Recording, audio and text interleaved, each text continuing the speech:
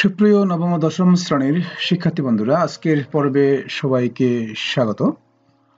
তো আজকে আমি তোমাদের গণিত বইয়ের দ্বিতীয় অধ্যায় সেট ও ফাংশন অনুশীলনী 2.2 থেকে একটি সৃজনশীল প্রশ্ন নিয়ে হাজির হয়েছি। তো শিক্ষার্থী বন্ধুরা, তোমরা এখানে যে সৃজনশীল প্রশ্নটি লক্ষ্য করছো সেটা হচ্ছে যে ইউ সমান 1 2 3 4 5 6 7, a সমান x belongs to n such that x square greater than 15 এবং x cube less than 225, p equal to x belongs to n such that for less or equal than x less or equal than 7 এবং c equal to a union b। তো ক হচ্ছে এই সেটটিকে তালিকা পদ্ধতিতে প্রকাশ করো। খ উদ্দীপকের আলোকে প্রমাণ করো যে a intersection b dash equal to a dash union b dash c। গ নম্বর আছে সি সেটের উপাদান সংখ্যা n হলে দেখাও যে p of c এর উপাদান সংখ্যা 2 to the power n কে সমর্থন করে। তো শিক্ষার্থী বন্ধুরা, চলো পর্যায়ক্রমে আমরা ক, খ এবং গ এর সমাধান করি।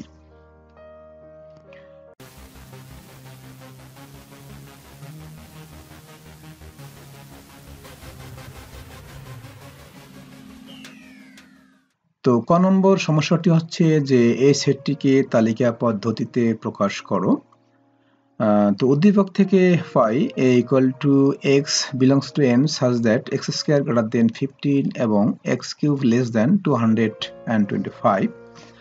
তো এটি মূলত সেট গঠন পদ্ধতিতে দেওয়া আছে, এটিকে আমাদেরকে তালিকা পদ্ধতিতে প্রকাশ করতে হবে।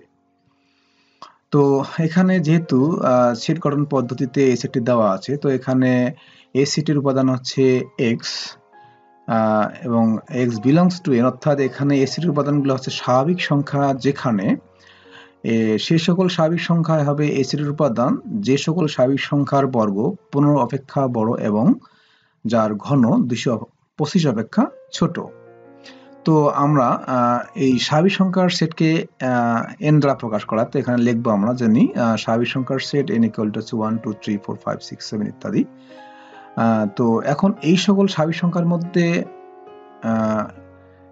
যে সকল স্বাভাবিক সংখ্যা হবে সেগুলো হচ্ছে আমরা লিখবো এখানে যে সকল স্বাভাবিক সংখ্যার বর্গ 15 অপেক্ষা বড়, সেগুলো হলো আমরা এগুলো লিখবো। সেগুলো কি, যে সেটা হতে পারে 4 5 6 7 ইত্যাদি হবে, অর্থাৎ 3 হবে না, কারণ 3 থেকে বড় যে সকল স্বাভাবিক সংখ্যাগুলো, কারণ 3 বর্গ হচ্ছে 9 কিন্তু কি 15 অপেক্ষা বড় হতে পারে না, অর্থাৎ বড় হবে কোনগুলো 4 এর বর্গ হচ্ছে 4 4 16, সেটা 15 অপেক্ষা বড়। 5 5 5 25, সেটা হবে 15 অপেক্ষা বড়। 6 6 36 7 49, অর্থাৎ 3 থেকে বড় যে স্বাভাবিক সংখ্যাগুলো আছে তাদের বর্গ 15 অপেক্ষা বড় হবে। কারণ x equal to 4 হলে কি হচ্ছে, এই যে আমরা এখানে লিখবো যে x এর মান যদি আমরা এখানে 4 বসাই, তাহলে কি হচ্ছে 4 স্কয়ার is greater than 15, বা এখানে 4 এর বর্গ আছে 16 is greater than 15, এটা হয়। x equal to 5 হলে সেটাও কি হবে, এই যে 5 স্কয়ার is greater than 15, বা 5 এর বর্গ আছে 25 is greater than 15 টা হবে। আবার x equal to 6 হলে 6 এর বর্গ 6 স্কয়ার is greater than 15, বা 6 এর বর্গ আছে 36 is greater than 15, অর্থাৎ এটা আমরা লিখবো। তারপর আছে যদি আমরা 7 লিখি সেক্ষেত্রে কিন্তু হবে এই যে 7 এর বর্গ আছে 49 প্লাস 49, সেটাও কিন্তু 15 অপেক্ষা বড়। কিন্তু x equal to 3 হলে সেটা কত হয়, 3 এর বর্গ হচ্ছে 9, অর্থাৎ 3 স্কয়ার কখনোই 15 অপেক্ষা বড় হতে পারে না, অর্থাৎ 3 এর বর্গ হচ্ছে 9, এই কারণে তো এটা হবে না।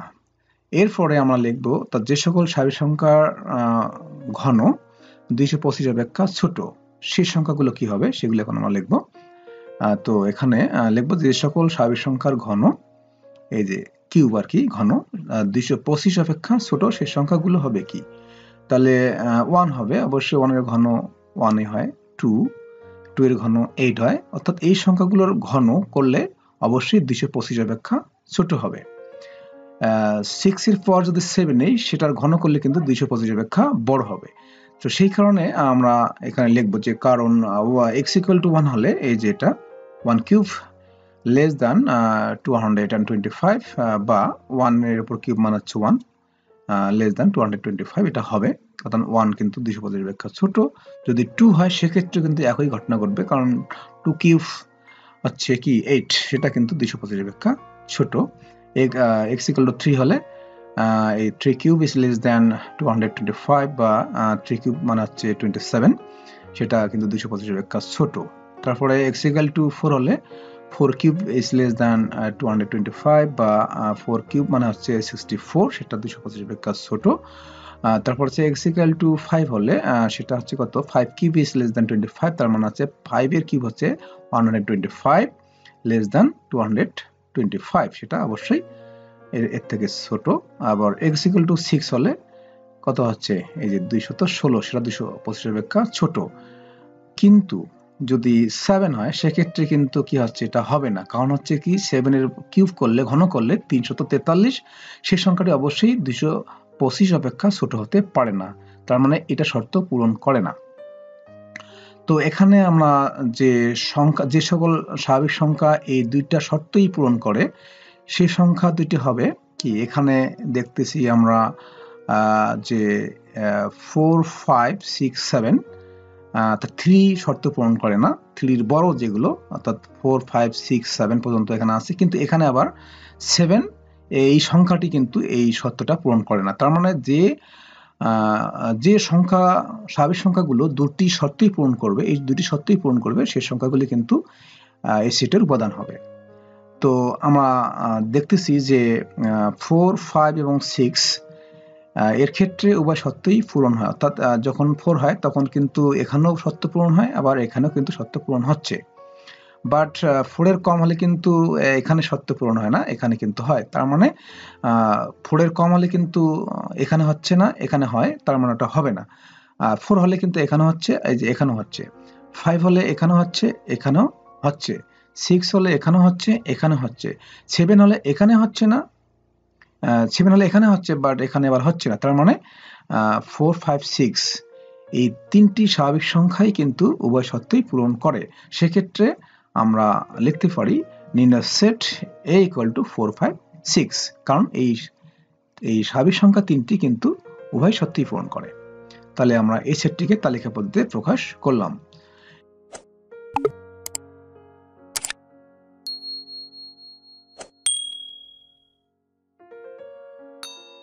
এখন আমরা খ নম্বর যে সমস্যাটি আছে সেটি উদ্দীপকের আলোকে আমাদের এটা প্রমাণ করতে হবে।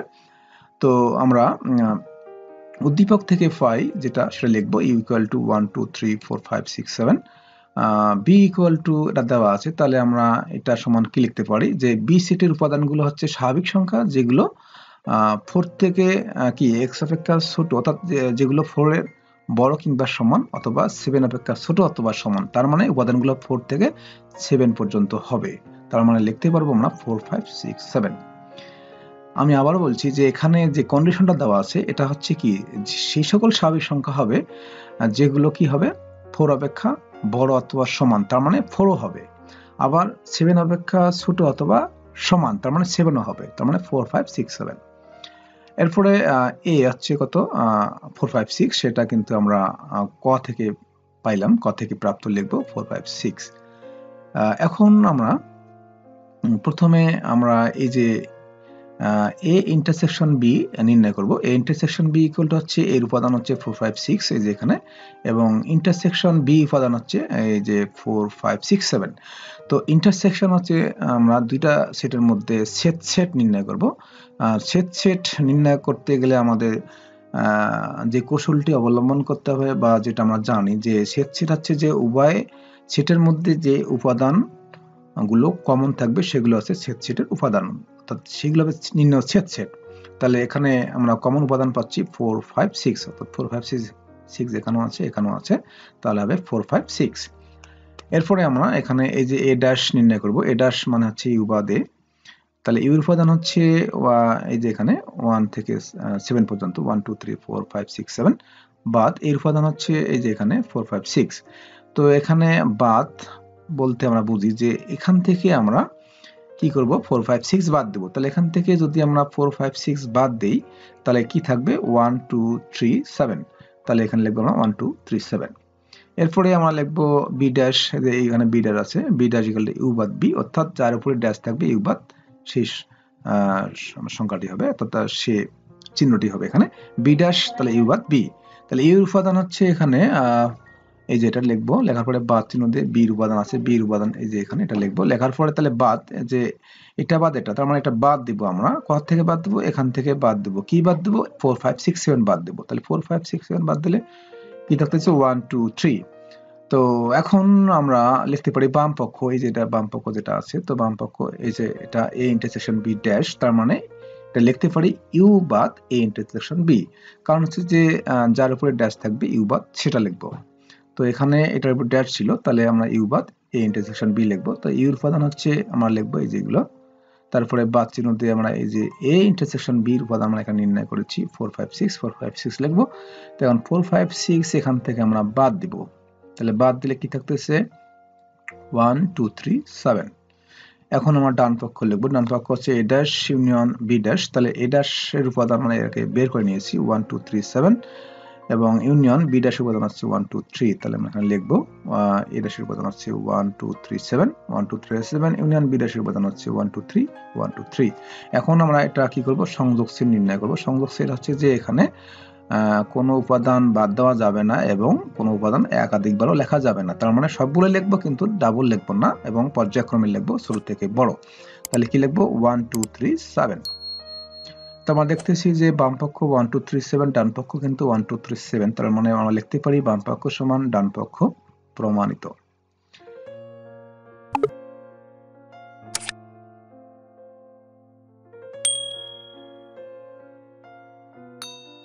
এরপরে আমরা গ নম্বর যে সমস্যাটা আছে সেটা করব। তো এখানে বলা হচ্ছে যে সি সিটের উপাদান সংখ্যা n হলে দেখাও যে পি অফ সি এর উপাদান সংখ্যা 2 টু দি পাওয়ার n কে সমর্থন করে। তো আমরা এখানে এ যেটা আছে এর উপাদান, এটা আমরা ক থেকে প্রাপ্ত, ক এ পেয়েছি আমরা, এর উপাদান হচ্ছে 4 5 6।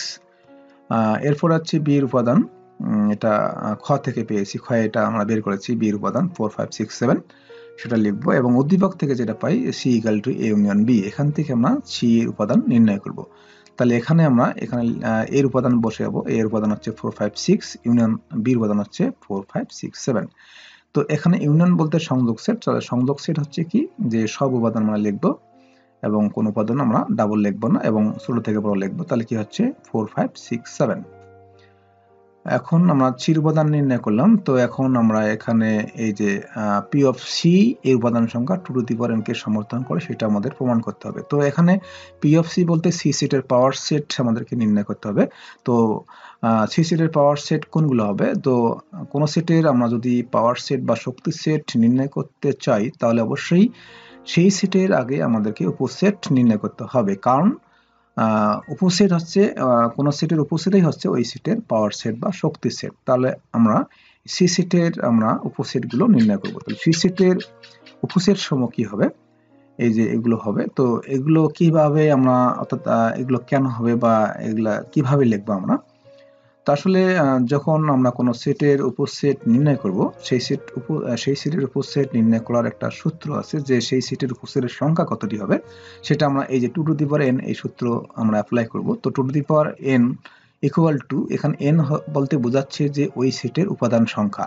তো এখানে এই সি সেটের যেহেতু আমরা উপসেট নির্ণয় করব, সেক্ষেত্রে সি সেটের উপাদান সংখ্যা এখানে কয়টি আছে, 4টি আছে। তাহলে n এর মান হচ্ছে 4, তাহলে 2 টু দি পাওয়ার 4 মানে হচ্ছে 16। তার মানে এই সি সেটের উপাদান উপসেটের সংখ্যা হবে 16টি।